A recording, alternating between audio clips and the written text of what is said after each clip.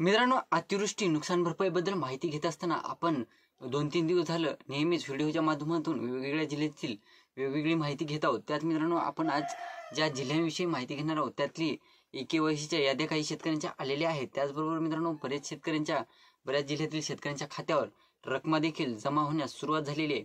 तर ते जिल्हे कोणते आहेत आणि त्यानंतर मित्रांनो, आता नांदेड जिल्हा आणि त्यानंतर धुळे जिल्ह्याला जे ॲड करण्यात आलेले आहे, तर या जिल्ह्यातील केवायसी प्रोसेस म्हणा किंवा जे डीबीटीच्या माध्यमातून रक्कम वितरित होणार आहे, अशा प्रोसेस कधीपासून सुरू होतील, अशा अनेक प्रश्नांची उत्तरे आपण आजच्या व्हिडिओमध्ये क्लिअर करण्याचा प्रयत्न करणार आहोत. तत्पूर्वी जर चॅनलवर नवीन असाल तर चॅनलला सबस्क्राईब करा आणि समोरील जे बेल आयकॉन बटन आहे ते दाबायला विसरू नका. तर नमस्कार मित्रांनो, मी राज सूर्यदेव, स्वागत आहे कृषी युट्यूब चॅनलमध्ये. मित्रांनो, एकंदरीत बघायचं झालं तर आपण वेगवेगळ्या जिल्ह्याची वेगवेगळी माहिती घेतली होती. त्याच्यामध्ये तालुके ॲड झालेले होते, त्याच्यामध्ये बरेच मंडळसुद्धा ॲड झालेले होते. आता तालुके ॲड झाले होते त्या अंतर्गत आपण बघितलं होतं की बाबा जे तालुके नवीन ॲड झालेले आहेत त्या तालुक्यांना कमी अधिक प्रमाणात महसूल मंडळ जे ॲड होतील किंवा जे महसूल मंडळ पात्र ठरतील त्या अंतर्गत त्यांच्या खात्यावर या रकमा वितरित होतील, ही गोष्ट लक्षात ठेवा. असं खुश होऊ नका. आता समजा हिंगोलीचं उदाहरण घेऊया आपण. हिंगोलीमध्ये अगोदर 3 तालुके ॲड होते, त्यानंतर शेनगाव आणि हिंगोली तालुका हा ॲड झाला त्यानंतर. तर मित्रांनो, आता या जे तालुके 2 ॲड झालेले होते ते या अंतर्गत जे मंडळ पात्र होतील त्या मंडळातील शेतकऱ्यांनाच ह्या रकमा वितरित होतील. अख्ख्याच्या अख्खा सरसकट तालुक्याला ही रक्कम वितरित होणार नाही, हे देखील लक्षात ठेवा. म्हणजे सरकार एक सिस्टमॅटिकली गेम खेळत आहे शेतकऱ्यांसोबत. शेतकऱ्यांना खुश केलं जात आहे, परंतु कोणत्या पद्धतीनं काय सरकार करत आहे हे शेतकऱ्यांच्या सुद्धा लक्षात आणून दिलं जात नाही. त्याच मित्रांनो, आपण आता जे माहिती घेत आहोत तर हिंगोली जिल्ह्यातील जवळपास औंढा तालुक्यातील बऱ्याच शेतकऱ्यांच्या खात्यावर या रकमा वितरित झालेल्या आहेत. त्यानंतर मित्रांनो, कळमनुरी आणि वसमत तालुक्यातील सुद्धा बऱ्याच शेतकऱ्यांच्या खात्यावर, काही शेतकऱ्यांच्या खात्यावर म्हणजे मंडळानुसार काही शेतकऱ्यांच्या खात्यावर 8,500 याप्रमाणे रकमा वितरित होत आहेत, तर काही शेतकऱ्यांच्या खात्यावर 4,000, 5,000, 6,000 याच पद्धतीच्या रकमा ह्या वितरित होत आहेत. त्यात मित्रांनो, आपण अगोदर सुद्धा माहिती घेतलेली होती की बीड जिल्हा, त्यानंतर याद्या वगैरे येणार आहेत. त्यानंतर काही मंडळातील किंवा काही तालुक्यातील याद्या आल्या देखील आहेत. यवतमाळ जिल्ह्याविषयी सुद्धा आपण सेम माहिती घेतली होती. परभणी जिल्ह्यात सुद्धा सेम कंडिशन आहे. फार्मर आय डी बेसिसवर शेतकऱ्यांच्या खात्यावर रकमा वितरित होत आहेत.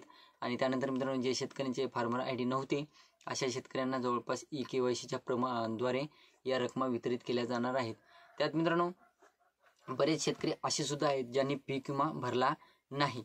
तर मित्रांनो, पीक विमा भरला नाही तर मग शेतकऱ्यांची अशी मागणी होते की आम्ही पीक विमा भरला नाही, आमच्याकडे पैसे नव्हते वगैरे, तर आम्हाला पीक विम्याची सुद्धा रक्कम दिली जावी, अशी देखील शेतकऱ्यांतर्फे मागणी होत आहे. हालाकी ही मागणी म्हणजे ग्राह्य धरली जाणार नाही, परंतु अशी मागणी होत आहे. आता हेक्टरी 50,000 रुपये या पद्धतीच्या रकमा वितरित होतील असं काही शेतकरी आपल्याला विचारत होते व सरकारतर्फे सांगण्यात येत आहे की हेक्टरी 50,000 रुपये एवढी रक्कम वगैरे वगैरे वगैरे वितरित होईल. तर तुमचं एक्सपेक्टेशन जास्त आहे आणि तुमचे एक्सपेक्टेशन अशा सरकारसोबत आहेत जे सरकार शेतकऱ्यांच्या हितासाठी कुठेही म्हणजे झटत नाही आहे. त्यात मित्रांनो, मोठ्याच्या मोठा 31,628 कोटी रुपयाचा निधी तुम्हाला दिसत असेल. एवढा निधी मंजूर केला सरकारने, असं केलं तसं केलं. त्यात 2 जिल्हे आता ॲड केलेले आहेत, नांदेड आणि धुळे जिल्हा ॲड केलेला आहे त्या 31,628 कोटी रुपयामध्ये. त्यात परत दुसरे तालुकेसुद्धा ॲड केलेले आहेत. मला वाटतं 31 काहीतरी तालुके हे ॲड केलेले आहेत.